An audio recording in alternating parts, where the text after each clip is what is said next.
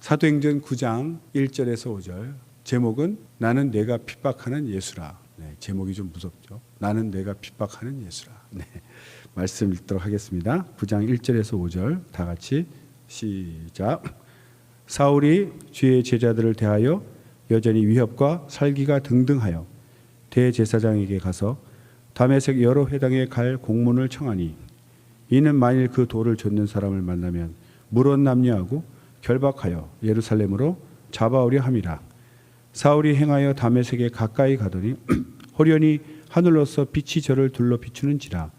땅에 엎드려져 들으매 소리 있어 가라사대 사울아 사울아 내가 어찌하여 나를 핍박하느냐 하시거늘 대답하되 주여 니시오니이까 가라사대 나는 내가 핍박하는 예수라. 아멘.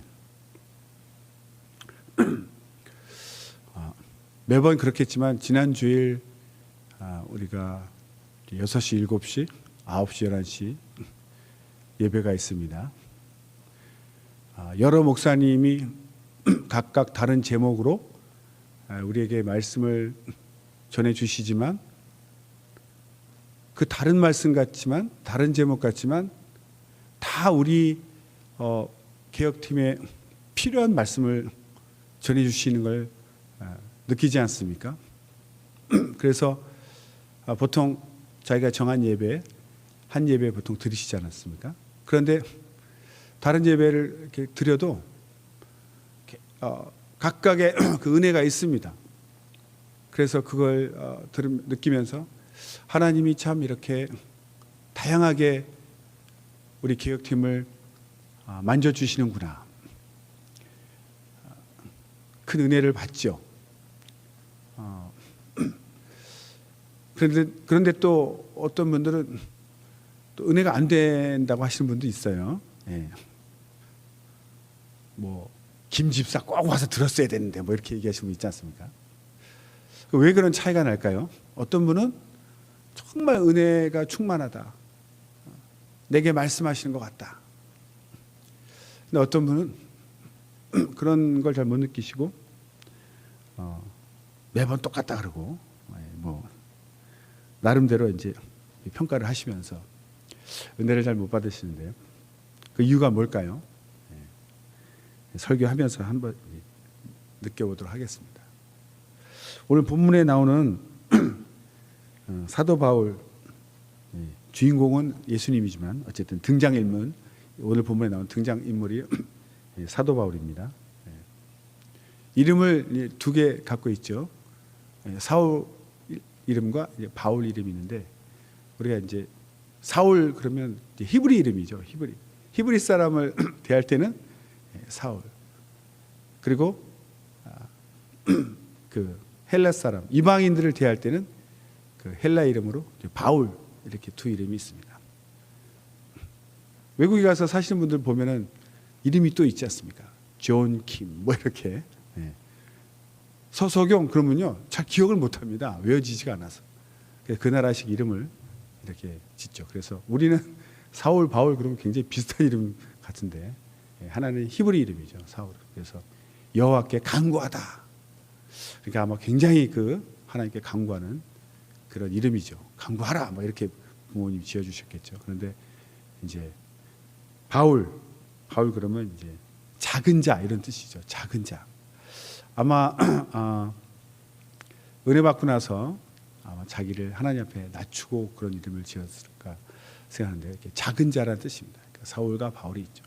근데 그 출신이 굉장히 훌륭하지 않습니까? 그 서방 4대 교부 중 한 명인 제롬의 그 기록에 의하면 그 부모가 사울의 부모가 갈릴리 지방에 살고 있다가 BC 4년경에 다소 지역으로 이사를 했다 이렇게 기록이 나옵니다. 그러니까 예수님 태어날 당시쯤 되겠죠. 그때쯤 해서 이렇게 다소로 이제 이사를 했는데 그 다소가 그 지역이 굉장히 평원이고 굉장히 교육 도시고 굉장히 그 당시에 이제 번성한 도시였죠. 그 환경이 굉장히 좋은 도시입니다. 거기서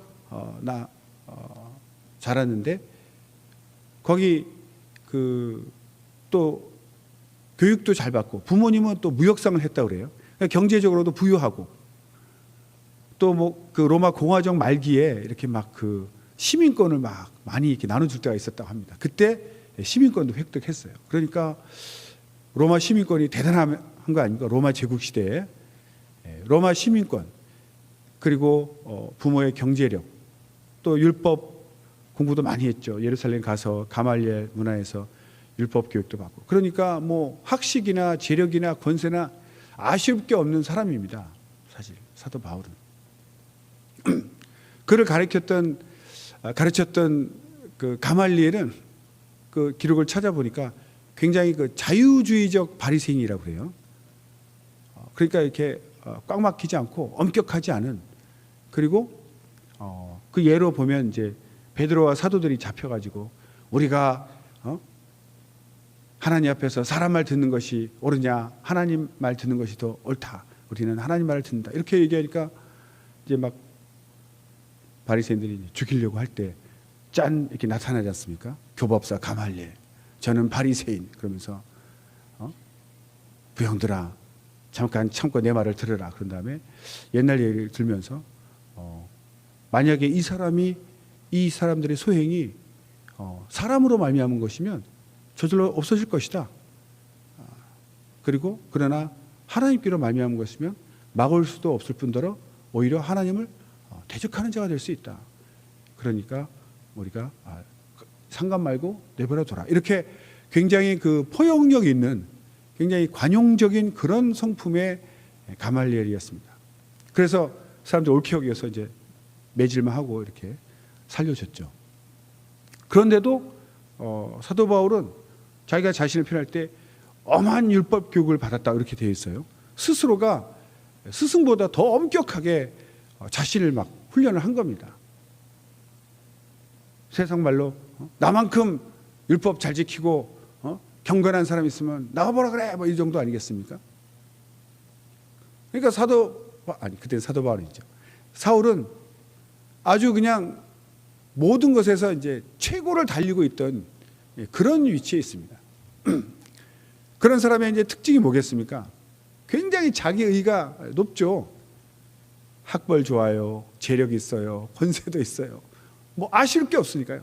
그러니까 자기가 생각하고 마음먹은 대로 할 수 있으니까 이것이 자기의가 굉장히 충만해지는 겁니다. 그때 충만이 이상하죠. 자기의가 가득 찬 거죠. 그러니까 그리스도인들이 막 나타나니까 자기는 이제 하나님을 대적하는 이 그리스도인들, 이 이단자들을 없애야 되겠다. 그래가지고 나오죠. 주의 제자들을 대하여 위협과 살기가 등등했대요. 살기가 뭡니까? 죽이려는 살기가 느껴진다 그러죠. 잘못 걸리면 죽는 거예요. 그래서 스데반 돌로 쳤을 때도 당연하게 여기고 그걸 눈도 깜짝 안 하고 죽이는데 함께 있었죠. 그러니까 그때 이제 대제사장이 권세가 막강했으니까 다른 데로 그러니까 유대 땅 밖에 있는 사람도 잡으러 갈 수 있는 그런 권세가 있었어요. 제가 외국에 있었는데요. 이슬람 교인들도 그런 게 있더라고요. 이슬람 믿는 사람이 외국 캐나다 토론토에 이렇게 이민 왔어도 그 나라에서 살면서 또 이슬람 율법을 지키나 안 지키나 그 이슬람 경찰이 파송돼 가지고 감시를 하고 다니더라고요.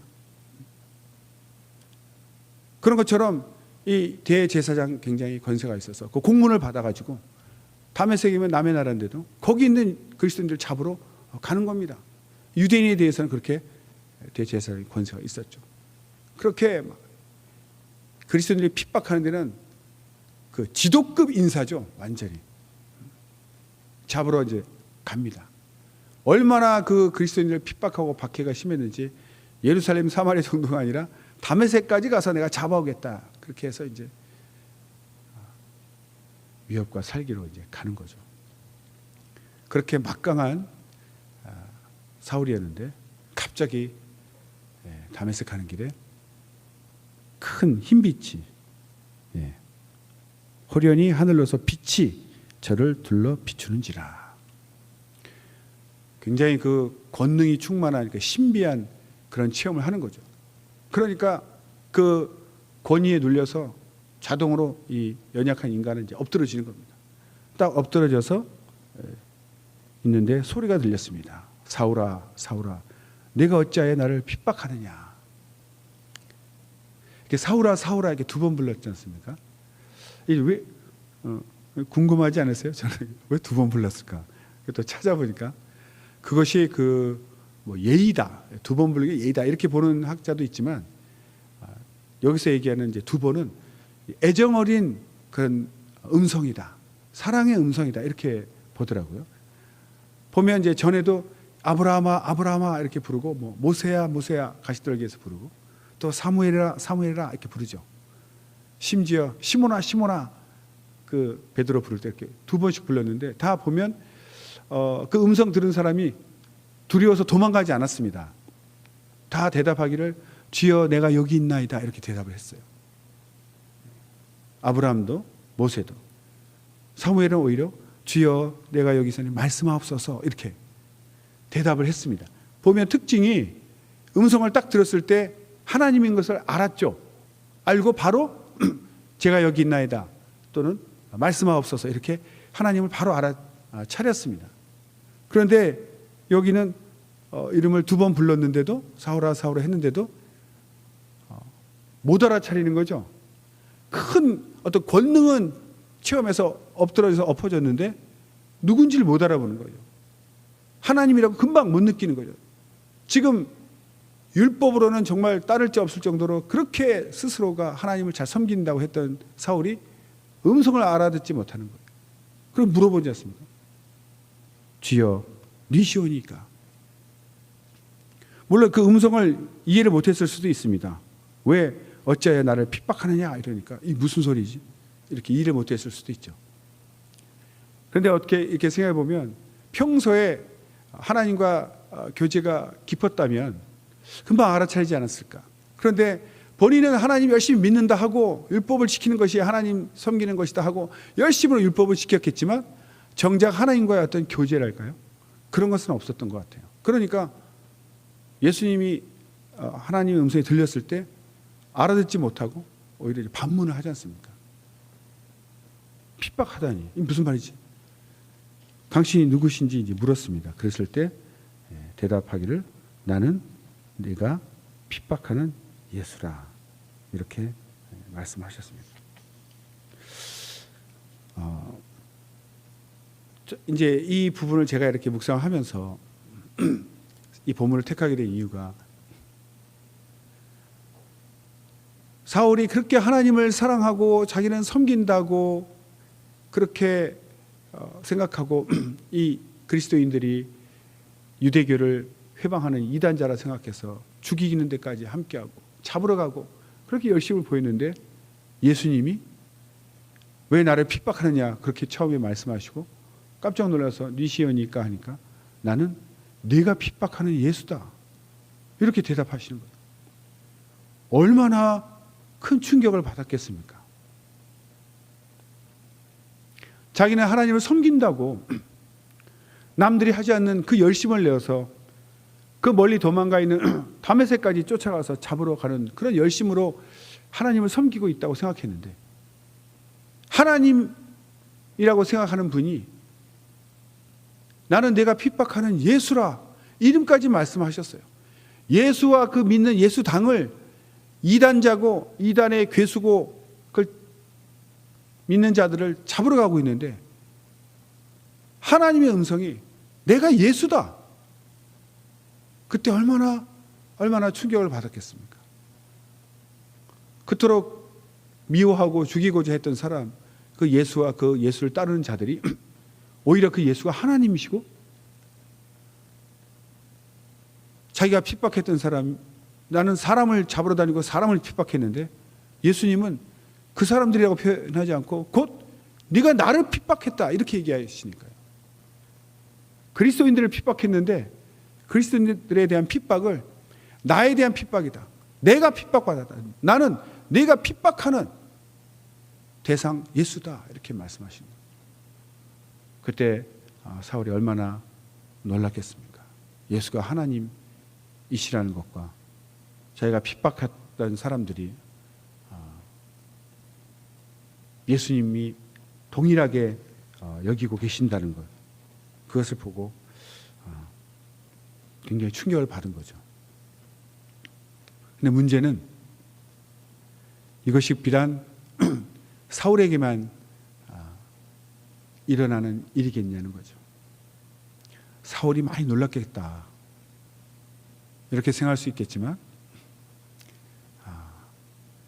이것을 묵상하고 있는데 사실은 제게도 똑같이 들려왔습니다. 제가 완전히 감동되어서 예수님이 제게 말씀하시는 거예요. 나는 네가 핍박하는 예수라. 주님, 저 나름대로 주님의 몸된 교회, 개혁교회를, 이 개혁팀을 섬기려고 무시당해 가면서 나름 어려운 가운데에서도 열심히 섬긴다고 섬기고 있었는데 어떻게 이런 말씀을, 그런 충격이 오는 거죠. 제가 언제 예수님을 핍박했나요? 반문하고 싶고. 그런데 주님은 사울에게 하신 말씀이 아니라 제게도 말씀하시는 거예요. 나는 네가 핍박하는 예수다. 그럼 제가 예수님을 핍박했다는 얘기잖아요. 제가 언제 예수님을 핍박했죠?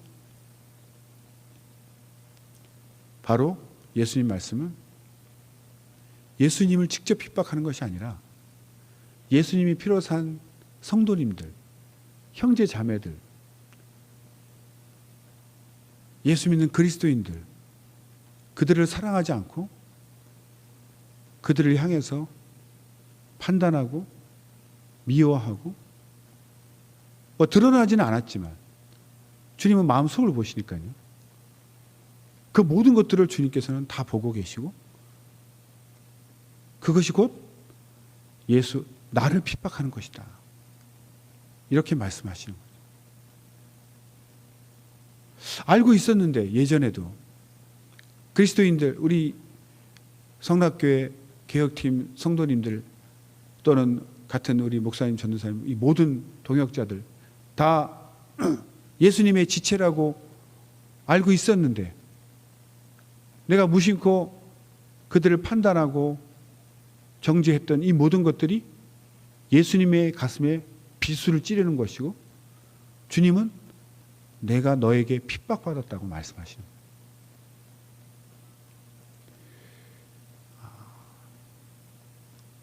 우리가 지내면서 무심코 하는 그런 생각들, 우리는 아직도 이제 눈에 보이는 것으로 판단하기 때문에 뭐 사회생활, 인간관계 잘하려면은 보는 데서는 항상 이렇게 웃죠. 할렐루야 이렇게 하고, 충만하시죠? 인사 잘하고. 근데 그 사람이 없는 데서는 임금님기는 당나귀기라고. 그 말이야, 서목사가 말이죠. 어쩌고 저쩌고 저쩌고. 그런 얘기하죠 뭐. 그런데 주님은 그걸 다 듣고 계시고, 심지어 마음속으로 하는 생각까지 다 듣고 계시기 때문에 상처를 받으시는 거죠. 상처. 우리는 인간이라서 못 들으니까 이렇게 살고 있는 것 같아요. 누가 내 욕을 하고 있다는 것을 전해주지 마세요, 제발. 서목사님, 누가 서목사님을 욕하던데요. 그러면 궁금해지잖아요. 누가 욕했을까? 그거 안다고 제가 뭐 가서 어떻게 할 겁니까? 빌어야 되는데, 아니면 뭐 따질 수도 없고, 안 전해줘야 되는데 꼭 전해주신 분이 있잖아요. 그 도와주는 게 아닌 것 같아요. 망각도 못 하는데. 그런데 전해주지 않아도 하나님은 다 들으시기 때문에 너무 그것이 상처가 되는 거예요. 상처가. 길 가는데 어저께 시끄러운 소리가 나서 이렇게 봤더니 어떤 어른이 어떤 꼬마애를 야단치고 있어요. 근데 자세히 보니까 우리 아들이야. 민망해서 얼른 숨었어요. 기둥 뒤에 숨었는데 다 들리죠, 소리가. 막 이놈아 저놈아 막 야단치는데 뛰쳐나가서 구해주고 싶지만 그거 다 듣는다고 상상을 해보세요. 얼마나 괴롭겠습니까? 근데 보니까 그 아저씨도 옆집 아저씨야. 내가 잘 아는 사람인데. 또 와가지고 아유 대개 아들이 얼마나 훌륭한지 모르겠습니다. 또 이렇게 침도 안 바르고 막 그런 말 하면 얼마나 가증스럽게 느껴지겠어요. 내가 조금 전에 들었는데 우리 아들 혼내는 거. 내 앞에서는 칭찬하고 안 볼 때는 야단치고 얼마나 괴롭겠어요. 우리가 하는 행동들이 하나님 앞에 다 그런 것이다 이거죠. 다 보고 듣고 계시기 때문에 숨길 수가 없습니다. 어마어마한 상처를 주님께 주고 있는 거죠. 나는 내가 핍박하는 예수라. 우리가 서로 사랑하지 못하고 비난하고 싸운다면 결국은 가장 상처받으시는 분은 이제 하나님이시죠. 형제들이 싸우면 부모님이 상처되시듯이 주님이 상처를 받으시는 거예요. 주님. 근데 안 보이고 안 들리니까 우리는 그냥 마구 질러요. 마구 질러. 부끄러운 줄도 모르고 죄를 짓는 줄도 모르고. 사울하고 똑같죠. 자기는 교회를 사랑하고 교회를 올바로 세우겠다고 내가 제대로 한번 개혁해 보겠습니다 하고 칼날을 휘두르고 다니고, 그것이 오히려 주님한테는 핍박이 되는 거죠. 그러나 그런 사울도 결국 하나님의 음성을 듣고 완전히 거꾸러져서 새 사람이 되어서 동족도 아닌 그 모르는 이방인들을 구원하기 위한 사도로 세웠습니다. 얼마나 힘들겠어요. 뭐 그렇게 유대인이라고 하면 이렇게 로마 시민권 하나 있었지만 딱 보면 생긴 것도 유대인이요, 말투도 보면 유대인이니까 얼마나 유대인 뭐 무시하겠습니까? 식민지 백성인데요. 실컷 몇 때린 후에 나중에 로마 시민권이라 하니까 깜짝 놀라죠. 처음부터 로마 시민 이렇게 써져 있었으면 어떻게 그렇게 때리겠습니까? 딱 보니까 유대인이가 그냥 마구 치고 그랬는데 때린 후에 보니까 로마 시민이라고 하니까 시민권이 있다니까 깜짝 놀라죠. 재판도 안 하고 매를 막 때렸으니. 그렇습니다. 이방인을 전도하는 이방인의 사도가 그렇게 영광스러운 직분, 영적으로는 하나님 앞에 영광스럽지만 얼마나 무시당하고 고난 핍박이 있겠습니까? 그런 사도가 되었어요. 그를 변화시킨 것은 바로 하나님의 은혜죠.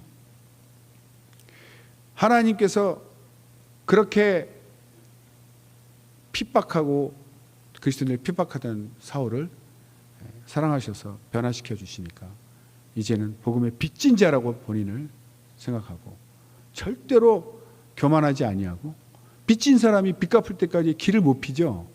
큰 소리 못 칩니다. 항상 빚져 있으니까 이 죄인 같지 않습니까? 죄인이죠. 그러니까 사도 바울은 평생 다시는 교만하지 못하고 교만하지 않고 이렇게 이방인들을 위해서 선교를 하고 다녔습니다. 하나님의 음성이 들려서 그런 거죠. 그럼 우리는 어떻습니까? 처음에 제가 주일 예배 때 8시 때도 은혜 받고 7시 때도 은혜 받고 9시, 11시 다 은혜가 충만하더라 그랬는데 그게 뭐냐고. 이 목사는 어쩌고 또 저 목사는 어떻고 이렇게 막 목사 판단하고 은혜 못 받는 사람은 목사 4명 나타나니까 4번 스트레스 받죠. 무슨 차이가 있을까요? 하나님의 음성으로 안 들리는 거예요.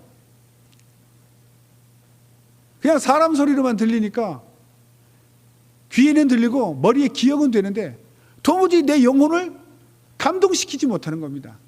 내 영혼을 감동시키지 못해요. 그러니까 아무 변화가 없는 거예요. 변화가. 그러나 사람의 소리가 아닌 하나님의 음성이 자기에게 들릴 때는 충격이 됩니다. 회개가 일어나요. 찬양을 해도 노래로 하는 사람이 있습니다. 아, 멜로디 좋고, 아, 준비 많이 했네. 척척 잘 맞고 틀리지도 않고, 멋있어. 수준이 좋은데 감동 없습니다. 귀만 즐겁죠. 변화가 없어요.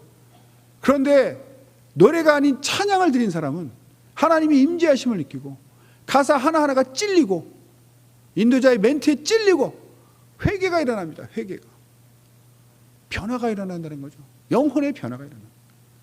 하나님의 음성으로 들을 때 내 영혼까지 들어와서 내 영혼을 변화시키고 내적 변화가 일어나는 것인데, 사람의 말로 듣고 사람의 찬양, 사람의 목소리로만 들리니까 노래하고 사람 말 듣다 가니까 아무 변화가 없는 거예요. 기쁨도 없고.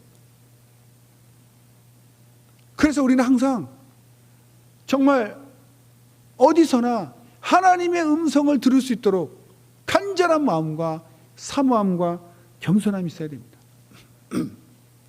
사람 마음이요, 깔때기 같은 사람이 있고 우상 같은 사람이 있어요. 깔때기가 뭐죠? 막 부으면 쫙 빨려 들어가죠. 깔때기가 크면 클수록 어떤 말씀을 해도 다 자기 영혼의 은혜로 다 챙기는 사람이 있고, 우산을 쓴 사람은 아무리 쏟아부어도 다 흘러내려가지고 한 방울도 안 젖죠. 마음이 우산 같은 사람은 아무리 은혜를 끼치고 하나님 말씀하셔도 뭐라 그러는겨? 안 들립니다. 변화가 없어요. 그러나 깔때기 같은 심령을 가진 사람은 무슨 말씀해도 다 은혜가 되고 변화를 받죠. 그분은 항상 마음의 준비가 되어 있는 분이에요.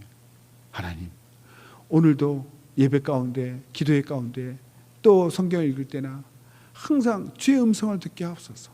그러면 귀로는 사람의 음성이 들리지만 내 영혼에는 주님의 메시지가 들리는 거죠. 주님이 말씀하시는 거예요. 나는 내가 핍박하는 예수라. 깜짝 놀라죠. 내가 주님을 핍박했나요? 그럼 주님이 영감으로 다 이렇게 설명해 주시죠. 네가 나를 사랑한다면서 내가 피로 산, 내가 사랑하는 내 형제 자매들 네가 괴롭히고 미워했지 않냐. 그게 다 핍박이다. 그래서 알게 되는 거죠. 잘못됐구나. 내가 잘못 살았구나. 은혜를 받고 회개한 사람은요, 사울아 사울아 부르신 것처럼, 아브라함아 아브라함아 부른 것처럼 사랑의 음성으로, 사랑의 마음으로 형제 자매를 대할 수 있습니다. 그러나 성령으로 회개하지 않은, 하나님의 마음을 모르고 그저 자기가 배우고 익힌 자기 실력으로 자기 의로 주의를 하는 사람은 모습이 다 공통점이 있어요. 위협과 살기가 등등해요. 뭔가 일은 잘하는 것 같은데 가까이 가면 나도 정죄받을 것 같고 나도 판단받을 것 같아서 옆에 가기 싫은 거예요. 자기 주변을 이렇게 둘러보세요. 내가 나타나면 스르륵 피합니까? 내가 무슨 바퀴벌레인가? 왜 내가 나타나면 스르륵 다 피하죠? 전화가 옵니까? 아, 만나고 싶은데요. 대화하고 싶은데요. 내가 밥 살 테니 한번 만나주세요. 이럽니까? 내가 전화해도 바쁘다 그러고 시간 없다 그러고 선약 있다 그러고 피합니까? 왜 그럴까요? 나는 못 느끼지만 나는 내 하고 싶은 대로 했고 내 뜻대로 했으니 얼마나 시원하고 얼마나 후련하겠습니까? 세상이 다 나 중심적으로 막 돌아가는 것 같아서 얼마나 기쁘겠어요. 그런데 남들이 볼 때는 저 사람은 위협과 살기가 등등하다. 가까이 갔다가 나도 당하겠구나. 살살살 피하는 거예요. 항상 출발하기 전에 지갑 챙기고 차 같으면 기름이 제대로 들어있나 뭐 이렇게 하듯이 내가 뭔가 개혁을 위해서 뭔가를 하고 싶다 할 때는 자기 영혼을 돌아봐야 되는 겁니다. 내가 지금 내 의로 하고 있는지, 나는 못 느끼지만 위협과 살기가 등등한 상태로 나서고 있는 것인지, 정말 은혜 받고 빚진 자가 되어서 절대로 교만하지 않고 정말 사랑의 음성으로, 사랑의 마음으로 다가가고 있는지.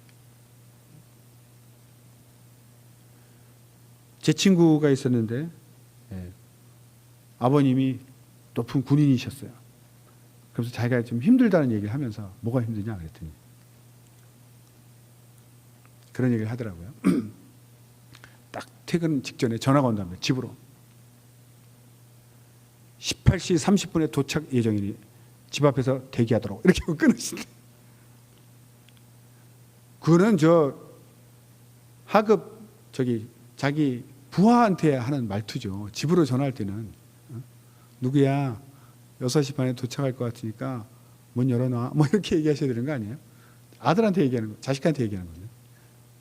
그런 것처럼 어떨 때 보면은 저 비격하고 싸우던 그 용맹함과 그 열정으로 우리 내부에서도 우리를 막 그렇게 정화시켜.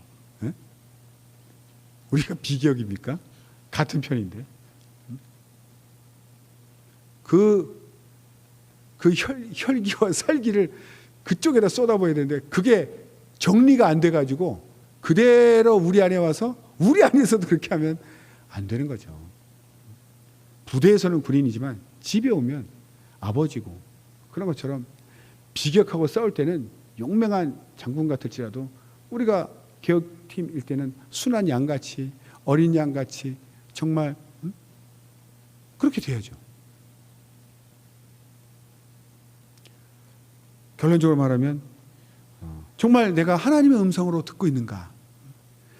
사람은 영적 존재이기 때문에요. 하나님의 음성이 들릴 때 찔림이 있고 회개가 일어나서 부들부들 연해지고 순해지더라고요. 제가 여러 번 말씀드렸지만 그 논바닥, 감을 때 논바닥은 거의 무슨 벽돌 수준입니다. 정말 쩍쩍 갈라진 그 진흙이 굳으면요 얼마나 단단한지 몰라요. 돌 같죠? 그런데 소나기가 막 와가지고 이렇게 가득 차게 되면 그 돌 같은 진흙이 흐물흐물 녹아가지고 쫙 발로 밟으면요 이 발가락 사이로 샥 그 진흙이 쪽쪽 고재미에 그냥 밟고 다녔습니다. 저는 그렇게 부드러운 흙이 되죠. 우리 심령도 그런 것 같아요. 자기 의로 충만할 때는 살기, 혈기 정말 등등한 그런 완악한 심령이 되지만 상처 주는 심령, 그냥 정죄가 난무하죠. 그러나 은혜 받은 심령이 되면 하나님의 음성을 들은 심령은 완전히 물에 녹은 진흙처럼 그렇게 부드럽고 사랑이 넘칠 수가 없습니다. 예를 들어 설교하러 올라왔을 때 이 자기의가 충만하면 이 설교가 막 성도님 치겠죠. 똑바로 하세요. 그래가지고 천국 가겠습니까? 이러면서 벌벌벌벌 떨게 만들고. 그러나 은혜 받고 올라오면 내가 설교할 자격이 있나? 저 밑에서 회개하고 있어야 되는데 시간 돼서 올라와서 빨리 설교하고 내려가서 기도해야지. 이런 생각이 들지 않겠습니까? 그러니까 항상 자기 마음을 살펴야 되는 거죠. 내가 지금 완악함으로 정말 미움과 판단과 정죄로 가득한지 아니면 주님처럼 불쌍히 여기고 돕고 싶고 정말 기도해 주고 싶고 그런 사랑으로 충만한지 자기가 자기 마음은 알죠. 남은 몰라도 나는 알고 주님은 알죠. 그러니까 항상 자기 마음을 살펴야 됩니다. 무슨 일을 하기 전에 항상 마음부터 살피고 시작할 수 있도록 그 마음을 그 돌 같은 진흙을 그 부드러운 흙으로 바꿀 수 있는 그것은 빗물인 것처럼 하나님의 음성이 들릴 때 사랑의 음성이 들릴 때 내가 하나님이 사랑하시는 자들을 핍박하고 정죄했구나 이렇게 회개가 일어나는 것이죠. 오늘 우리는 정말 주님이 나는 내가 핍박하는 예수다 이런 말씀을 우리에게 하시지 않도록 고맙구나 정말 고맙구나 나를 위해 이렇게 나 사랑해주고 섬겨주니 정말 고맙다 이런 칭찬받는 그런 영혼 되시기를 예수 이름으로 축원합니다.